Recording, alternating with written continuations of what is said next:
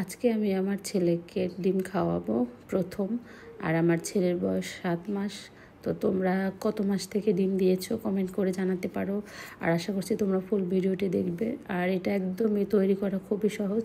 আমি প্রথমে ডিমটাকে দিলাম, জল দিলাম আর একটু লবণ দিয়ে ঢেকে রেখেছি। আর অবশ্যই তোমরা ডিমটাকে ফুল সিদ্ধ করে নেবা অনেক সময় ধরে। আমরা রেগুলার যে ডিম খাই ওই সময় কিন্তু একটু কম সিদ্ধ হলে অসুবিধা নেই, কিন্তু বাচ্চাদের ক্ষেত্রে তা হলে চলবে না।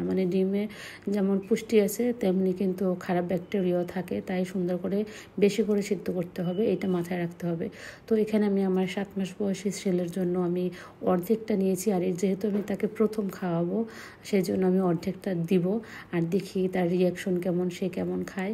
তো সে মোটামুটি প্রথম নিতে চায় নাই, কিন্তু তারপরে যখন আমি আস্তে আস্তে ওকে হাত ধরে খাওয়াই, ও হচ্ছে অনেক দুষ্ট, ওকে হাত ধরা ছাড়া খাওয়ানো যায় না।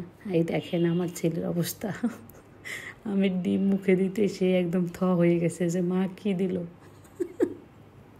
আমি একটু হেসে নেই, কেউ মাইন্ড করবেন না।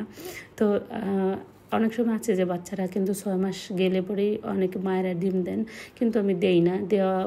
দিলে ভালো, না দিলেও আরও ভালো, কারণ একটু বয়স হবে তারপর আমার ইচ্ছে ছিল দেবার, কিন্তু আমার এই তো 7 মাস পূর্ণ হয়েছে তাই আমি ওকে ডিম দিয়েছি। ও দেখো প্রথম একদম কেমন করছিল, কিন্তু তারপর একটু আস্তে আস্তে খাচ্ছে। ও আর কি অবাক হয়ে গেছিলো যে এটা মা কী দিল হঠাৎ করেই। তো যাই হোক, তোমাদের বাচ্চাদের কত মাস থেকে শুরু করেছো? আর আমি তো 7 মাস থেকে শুরু করলাম। তোমরা কমেন্ট করে জানাও।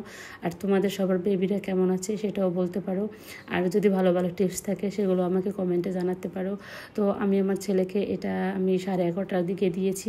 সবসময় চেষ্টা করবেন বাড়তি যেটা খাবার সেটা 12টা 12:30টার মধ্যে দিতে, এছাড়া বিকেলে এই সময় দেওয়া উচিত না।